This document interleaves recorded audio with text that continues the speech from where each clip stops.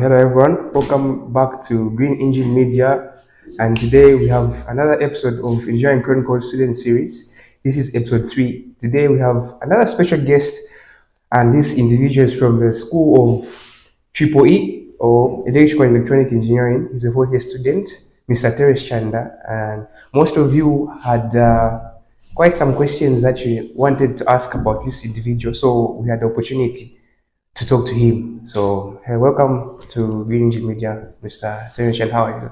Thank you. I'm fine. How are you? Fine, thank you. So, we have some questions, a couple of questions that would love to ask you concerning about you and your academic endeavors.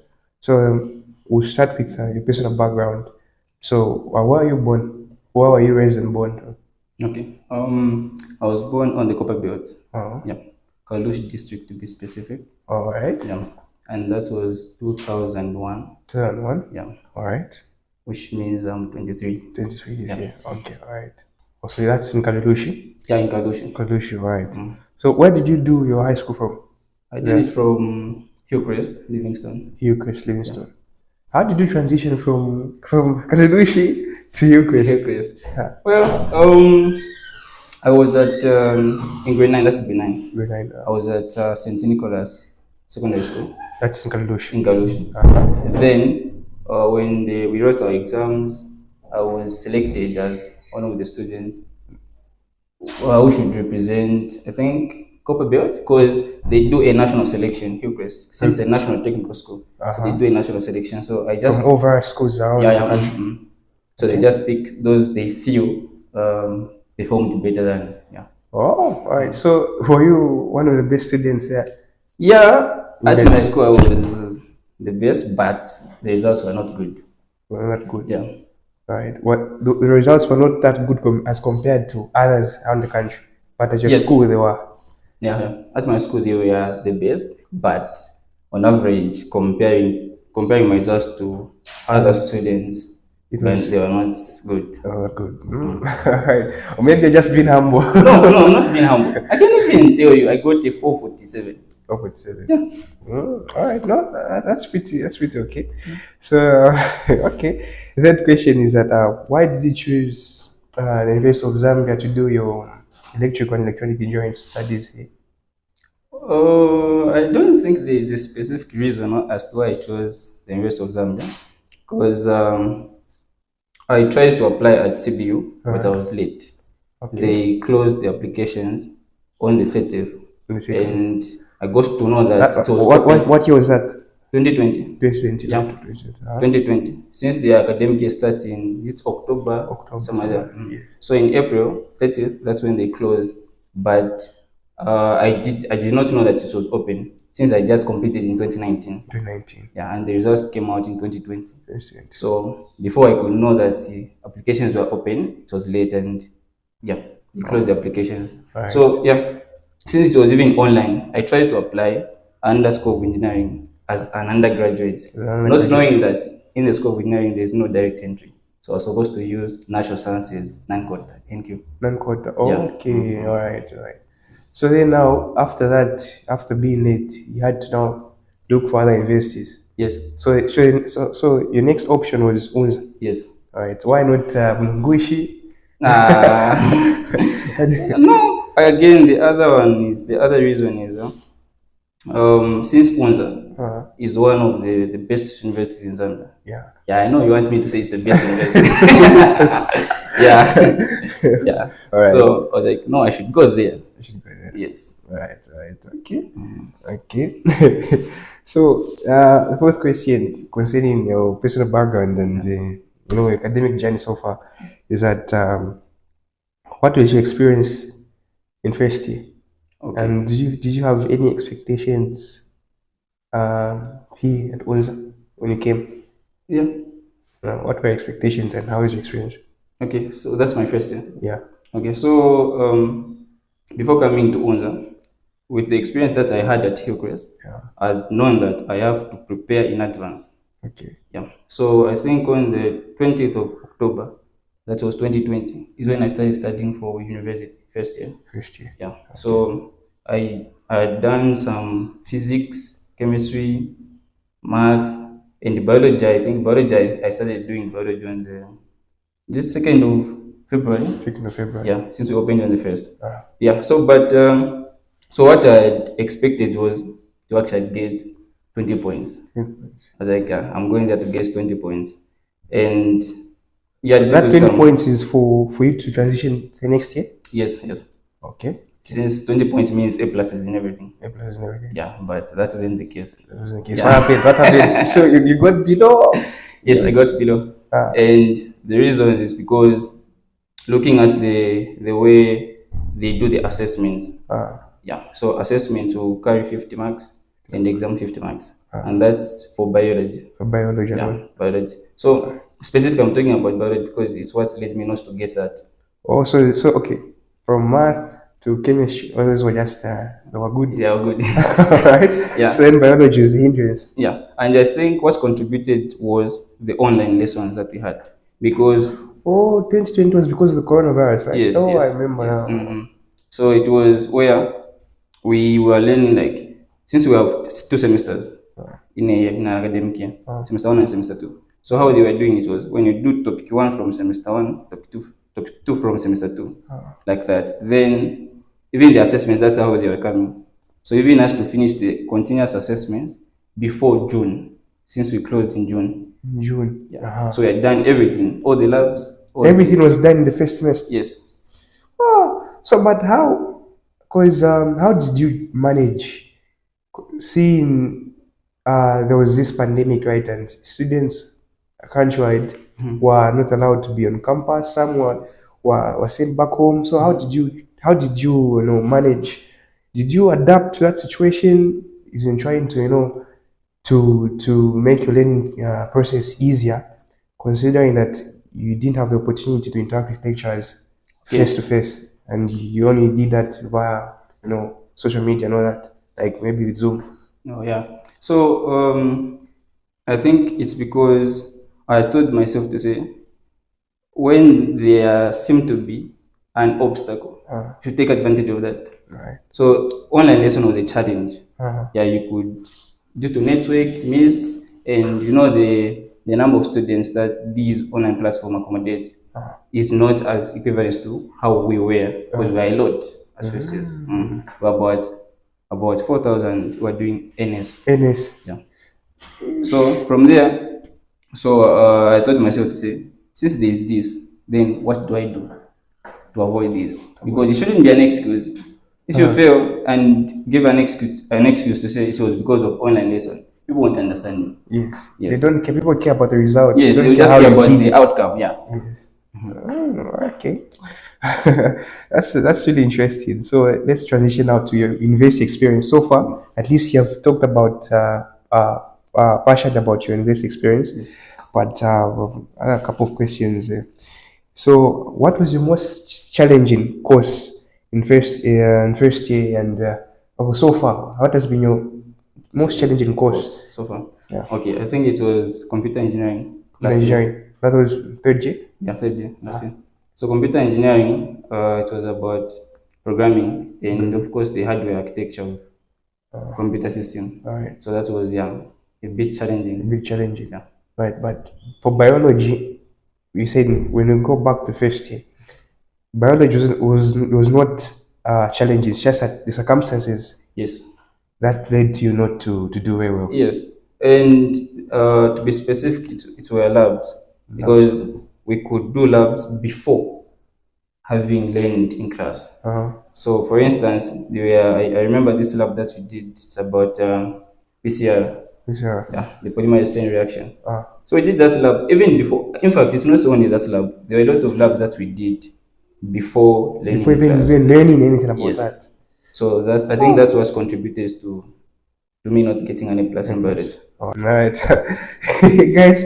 I hope you guys are watching. I hope you enjoy this video. So, third question is who is your best friend and how do you describe your relationship with them? Last question. This question. I don't have a best friend. I just have good friends. You have good friends. Yeah, and the ones that are close to me are my roommates. Your roommates. Yeah. Aaron is one of them. Yes. Aaron Munyana. Aaron Nyanya. was a banda, Was and oh, so that's for geeks. yes, So you guys there. So it's a room of geeks. and my So cousin and your is doing cousin medicine second year. Zimits again. So yeah, about the four of you on one Yes, side. yes. So I think those are my guys who even make me also work hard Okay. because they're also working hard. They get good grades, and they're just good people. That's good So people. yeah, So those guys push you to be a better person because looking at the people you have mentioned so far, one of your roommates, Aaron Munyana and Wazabanda. yes, Wazabanda, I know him, he's a software developer, he makes games. yes. I attended one of his events that was in first year. Yeah, in first year. And he's not only a guy who's good at school stuff, but he's into the world of doing business and all that. Yes. So how do these guys push you to be, the person that you want to be or the person that you are right now? Okay, yeah. So when you talk about Wazabanda, he's doing computer science. Yes. So he does programming a lot, Uh-huh. and from there you can learn something. Because yeah, even for computer engineering, this course I mentioned, Uh-huh. yeah, he could also help me since he knows the stuff. So he could help me. Okay, here you do this, and that. Okay, so okay, this is making sense. And also Aaron asks a lot Aaron, of questions. yeah. Yeah, so you ask you a question. Okay, you try to discuss together. Yeah, he likes discussions. So from there you are get forced to to work learn hard to and to you pull also up your build. game. Yeah. Okay, all right. Okay. Okay. So you guys have been staying with them from since last year. Last year. Last year. Okay.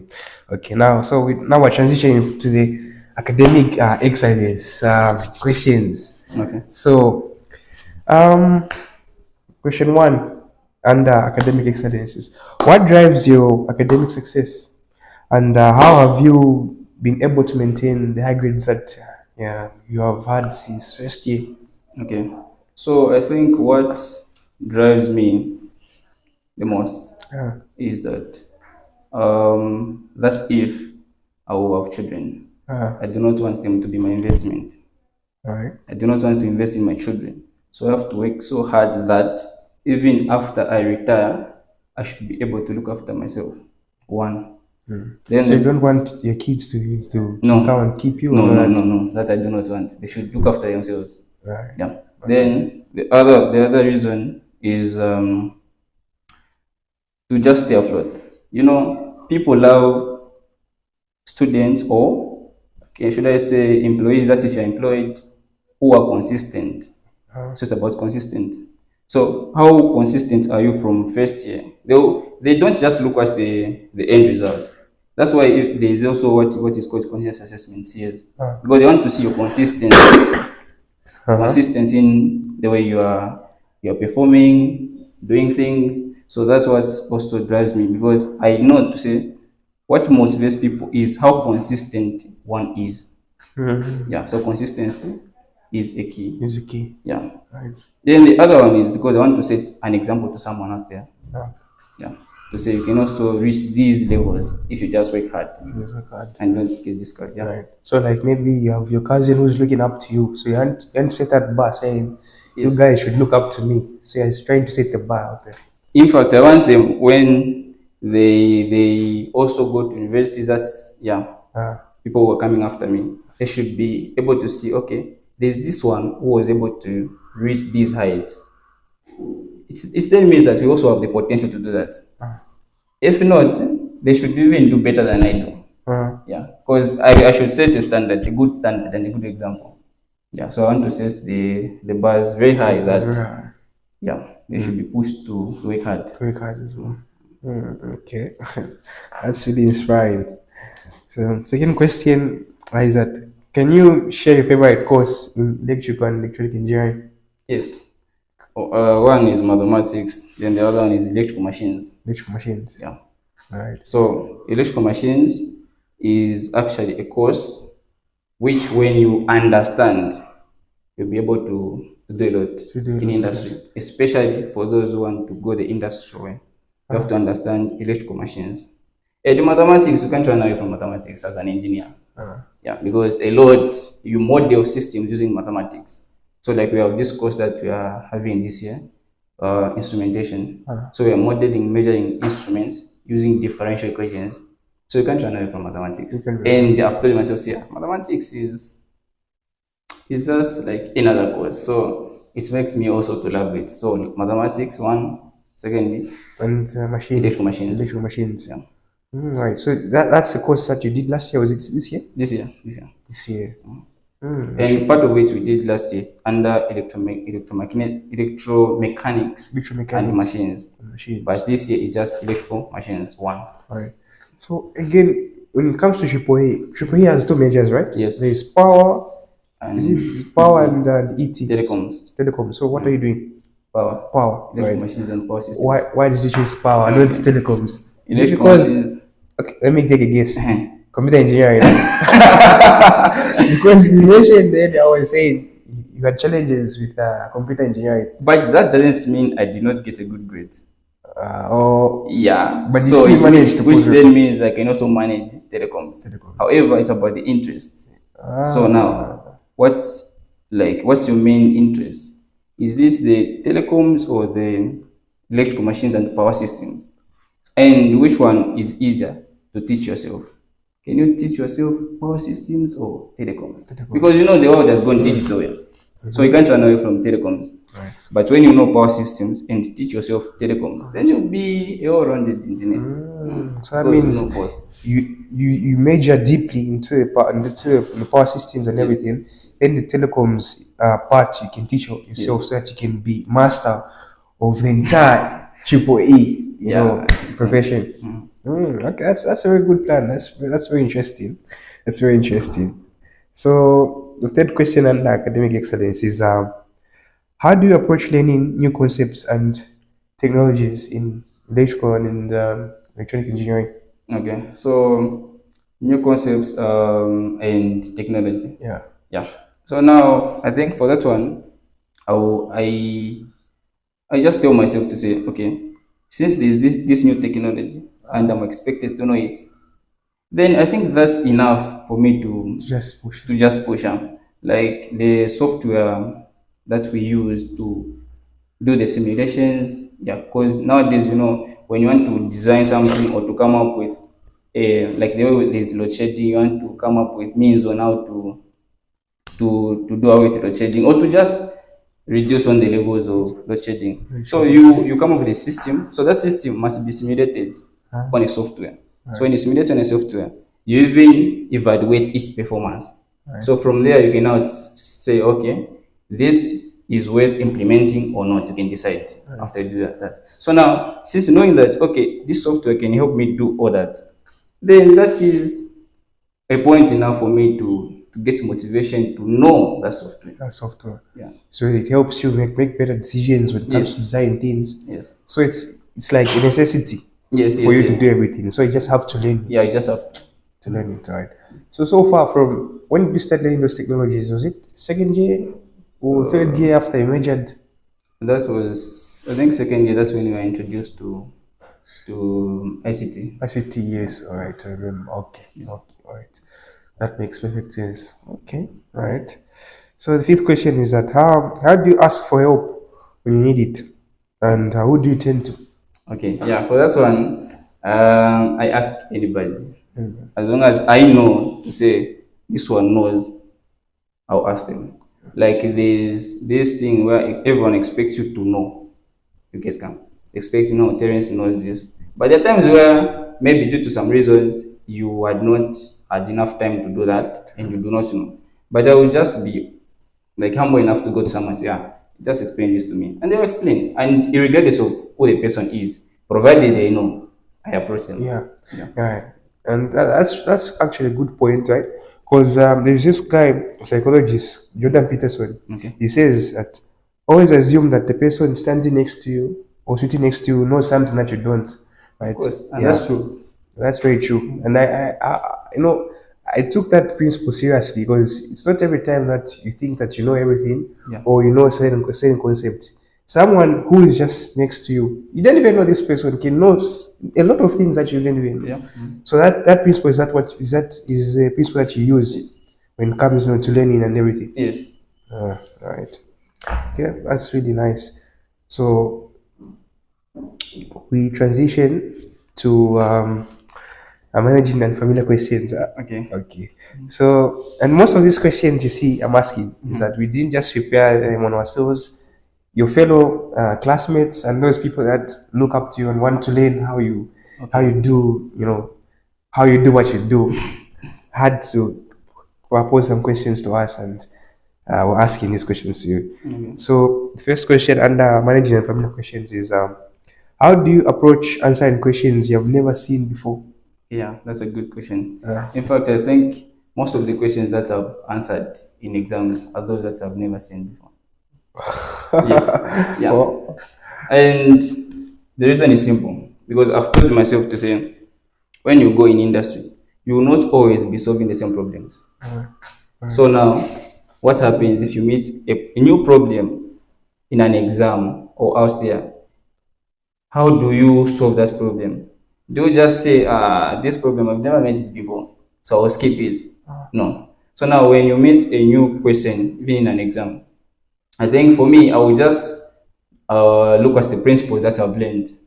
Okay, so this problem, what is this asking me? Okay, so this is what they want me to find. Okay, so now if this is what they want me to find, how can I find that? And by using the principles that I've acquired, I think it helps me answer questions, strange questions, and that's important. Why? Because it makes me be confident that I'm able to solve even new problems out there in industry. Yeah. And it also assures me that indeed my understanding was right. right, Yeah. right.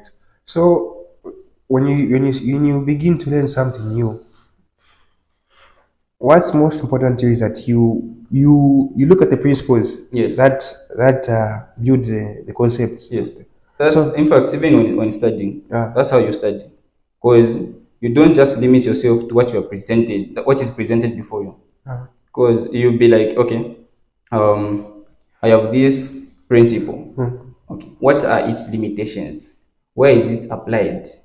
You guys can. So now knowing all that will make you know where to apply that principle and to modify. You can have, okay, this one is only limited to this. However, when you modify it in some way, it can also be used in this other way. You think? So it's about learning concepts, principles, theories, and just know how some laws govern some operations. And that's way it will help you address new problems that you face. So that's how you're able, because that question is the question I'm about to ask is tied to the next question. Is that how you're able to remember these concepts is that you understand. Yes. You just don't want to learn something because you want to pass the exam or anything. You just want to understand the underlying principle behind that. Because data should be okay. The information that we get should be accumulating. That's why we don't just learn in first year. You've learned this concept, second year, third year, and you're forgetting. And I think it's also a reason, one of the reasons why some people tend not to do well, because the way they face questions or challenges is that they just want to solve them there and then. So just prepare, then questions will come or problems will come. So it's about understanding. So just understand everything. Understand what is there. And when you understand, it even becomes difficult for you to forget because you understood. Understood. Yeah. Okay, makes sense. I hope you guys are learning and invaluable insights from Mr. Terrence Chanda over here. Okay, so I think we covered the second question. The third question is that how do you stay calm and composed when you face inspired questions? Right, because sometimes where, let's say, someone knows no, they know the thing, but when they just look at this question, they just look at the length of it and the way it's looking, the complex diagrams, and they're shivering, they're scared. So, how do you stay calm and confident that you had that question? Okay. I think the reason is when I go in an exam, what I tell myself is that where you're going there, you're not going to meet questions that you've solved before. So you meet new questions and new challenges. And for a lecturer to prepare that, he or she is aware of the principle that you're going to use. So it then means that if I face a new question, if I see that this one needs enough time, I'll go to other questions and come back to it. And when I come back to it, I know to say for the person who prepared this paper to put this question, they know that I can answer this question. Yes, who prepares the question that you should fill? No, no. No, what they are doing is they are assessing your understanding. Understanding of the Uh-huh. principles. So now knowing that even when you are reading a question, you go through a question, you'll be able to see how to solve that question, how to address that challenge. Yeah, I think it's about just being confident again in yourself. Say, they've brought this question. So what they want is to see my understanding of there's some principles and how I can apply them. Because when you are learning, it's not that when you learn, you are required to use those principles only to specific challenges. No, what if there is a new challenge? Yes. How do you address that new challenge? By using what you know. If what you know is not enough, that's when you go to do the research. Research on that, all right. Okay. So you're always confident enough to tackle any question that you've never seen before, or some question that's looking very scary because you know the principles. I Yes. have to back you up. Yeah, I think it's also because, okay, I just tell myself to say, if they can bring this question, they want me to answer. They do not want me to fail. Yes. And they expect me to know. Yeah. Okay. All right. So we're heading into the last section of questions. So balancing responsibilities. Yes. Yeah. So how do you ensure that your spiritual growth and academic pursuits complement each other? Okay. So on that Sorry. one, Uh-huh. on that one, I think I should mention this. There are people who think when they become too spiritual, then even the academic life will become easy. Yeah, where you do most of God's work, of course, which is not a wrong thing, but where you spend most of your time just doing what you think must be done for God, and not also attending to your academic stuff. Yeah. So, and the reason is simple. God told us to say, 6 days thou shalt labor and do all your work. Yeah, in 6 days. So now from there, you should be able to conclude to say, okay, I have 6 days to work. After you work, then you should also do God's work, because it's not just about you. As a Christian who believes in the second coming of Jesus Christ, I know that there's life after this one. So now, how do I make sure that I balance? So you also attend to your academic stuff, because you must not be a bad example. Otherwise, you have his name, that's God's name, insulted, which is a bad thing. They say I'm God's child, but yet you have nothing to prove it, Yes. showing that you're being a personification of God's glory. So at the moment you're trying to be the shine, make the light in you shine out there. That's what he says. Yeah. Okay. I hope that's some invaluable insight from him, guys. I hope you guys are paying attention to what this young man is saying over here. So we head into the last section, which is future goals and aspirations. What's your plan after graduation, and how do you see yourself making an impact in the field of electrical and electronic engineering in the next 10 years or so? Okay. So after graduation, I want to do my master's in electrical and electronic engineering, and also in business management. Business management. Yeah, I think it's important to understand business, to be an entrepreneur. Yeah. So now, how do you just move from engineering to entrepreneurship? You don't actually move. You just like strike a balance. So after you've done engineering, and let's say I get employed. Yeah. So when I get employed, I must also be able to now balance my resources. So how do I manage my resources? So I have to do business management, because I know to say maybe one day I may be a manager somewhere, and the manager must understand business management. Yeah. And of course, not only that, and also economics. And these things you do not need to be taught or to do what. You can also do your own study. So the books you read. Yeah, the books that you read, so you know you can get microeconomics, macroeconomics, to just have understanding of that. Yeah, because more some people are not interested in your qualifications. They're interested in your capabilities, what you're Yes. capable of doing. So now, when they not say this man understand this, even without qualification, they can get you, or they can partner with you. Yeah, and that's the problem Zambians have is that they think they have entitlement mentality. Why they say if I graduate with a degree, they think that's everything, but yet they can't even do the work. No. Right. So it's about what you know and what you're able to do, Yes. other than just the paper. So that paper is just a backup Yeah. to say, okay, this man is qualified. Now the next question is, are they able To do it. to do the work? Ah.